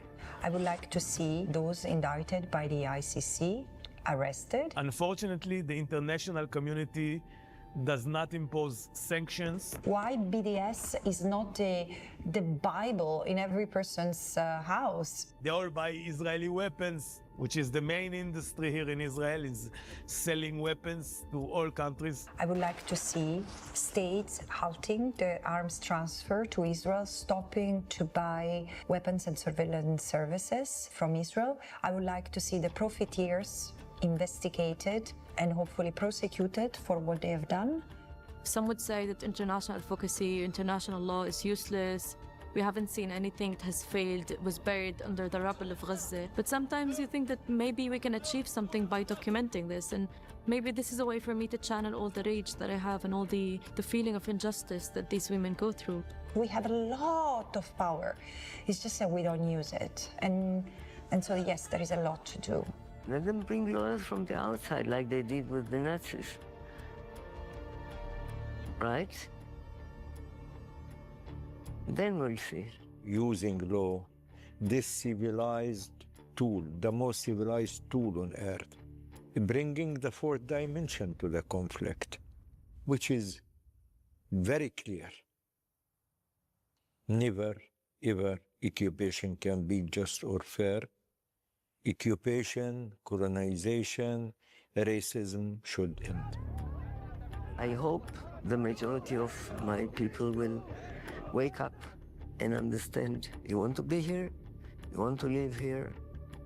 Equality is the name of the game. So I'm always against torture, and I will always be against torture, and I will not play the game of hiding the reality from the world. I think everything should be out in the open, like Ben Gvir is doing, telling the truth.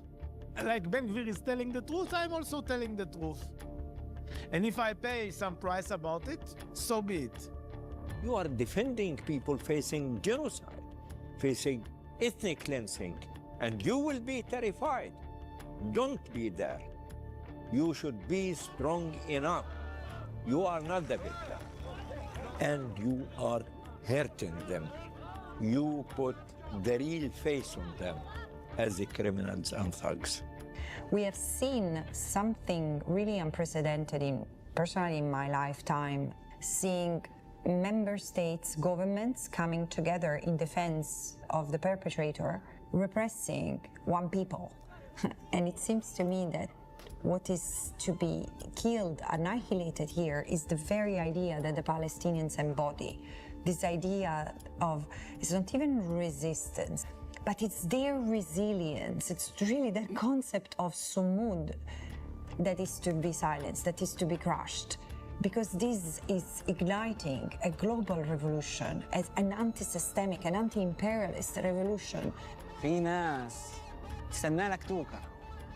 Some people are waiting for you to fail. No, you must rise. It's a threat. The detainment prison, its name was the breaking of men. They used to rape to break us. And they took pleasure in humiliating us, so that no Palestinian, no one from Gaza would ever hold their head up ever again. That was their message. But thank God we still hold our head high. After everything they did to us, and we will always will. Since 1967, close to 1 million Palestinians have passed through Israeli detention. Independent access to Palestinian detainees remains restricted, making survivors' testimony even more critical. To this day, senior political and institutional accountability remains absent, and the system accused of enabling abuse remains in place. Aljazera has reached out to all relevant Israeli ministries and authorities,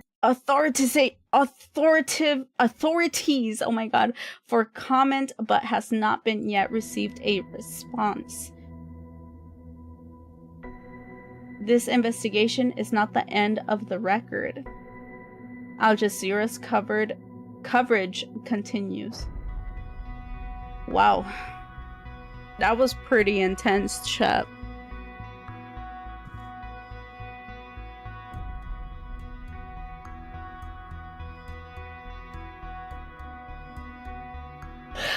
That was pretty intense.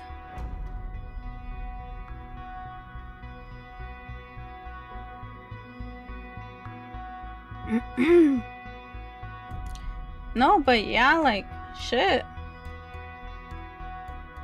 That's the thing. There's a reason why they're torturing. There's a reason why they're threatening other people. And there's a reason why they're trying to silence people like you and me. You know, there's a reason why they're banning political commentators like Hassan and his uncle from entering the UK, but letting, you know, war criminals do business in the UK. There's a reason why five activists, pro-Palestinian activists, have been officially arrested in the UK, will be in prison for over 10 years, simply for halting the transportation of war weapons to Israel to kill Palestinians. For some reason, that is a crime, and people are getting arrested now for it. You know? And it's because the world is afraid of people seeking justice. And if they're afraid, well, even more reason to keep on going, to keep talking, and to not, you know, let this go. And like I said before, this is a very difficult watch. Jesus Christ, like, I was uncomfortable reading the translation of what these prisoners were going through. But god damn it, it's what we have to do, chat. Or else we won't ever know, which means we will turn our heads, look the other way as someone is hurting. And we won't be able to help anyone in any way like that. So for those who you know, stuck along throughout this a documentary, despite how how traumatizing it was, honestly, how difficult it was. Like, it says a lot that you know, you're willing to witness people suffering in order to prevent it. Okay, this is what we're doing here. So yeah. On my final note here, I gave you guys updates on Dr. Hussam Abu Saffiya, how, you know, he was treating his patients in Palestine in his hospital. He was threatened to stop. He refused to stop. They killed his 12-year-old son. He still refused to stop treating patients. And when a tank, okay, stopped in front of the hospital and said, if you don't come with us, we're going to shoot the hospital down, he decided to do the ultimate sacrifice and let himself be taken to prison illegally. He, alongside everyone that are right now in Israeli prison, alongside those that we saw in that documentary describing the rape and torture they faced, he is also being tortured. He is also being raped, starved, abused. And we need him to get out because it's been almost 2 years now. And this poor doctor is being detained for no reason. We saw a most recent photo of him a week ago, and that's why everyone's talking about him again, because of how terrible he looked. And he went to court, and this is the most recent update. Very disappointing news, devastating news. This is as of today. I saw it before I started stream. Let's take a look at it. It says, breaking. The Israeli High Court has rejected an appeal to release Gaza pediatrician Dr. Hussam Abu Saffiya, allowing Israel to continue detaining him without charge under the Unlawful Combatants Law, the Palestinian Center for Prisoners Advocacy said. The group says he remains in solitary confinement at Nafha prison, denied medical care and basic rights. So, they still refuse to release him. And now he's in solitary confinement.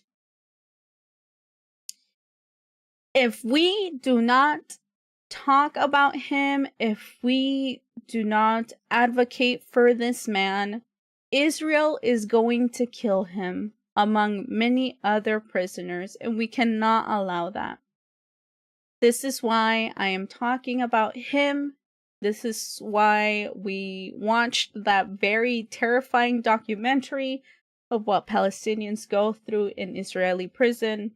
And this is why you should learn, you should speak on it, you should boycott, donate to charity, do what you have to do and what you can. Okay? But that is the end of the stream. I have to go to bed now. It is 1:30 a.m. here in Japan. And I'll see you guys on Thursday, okay?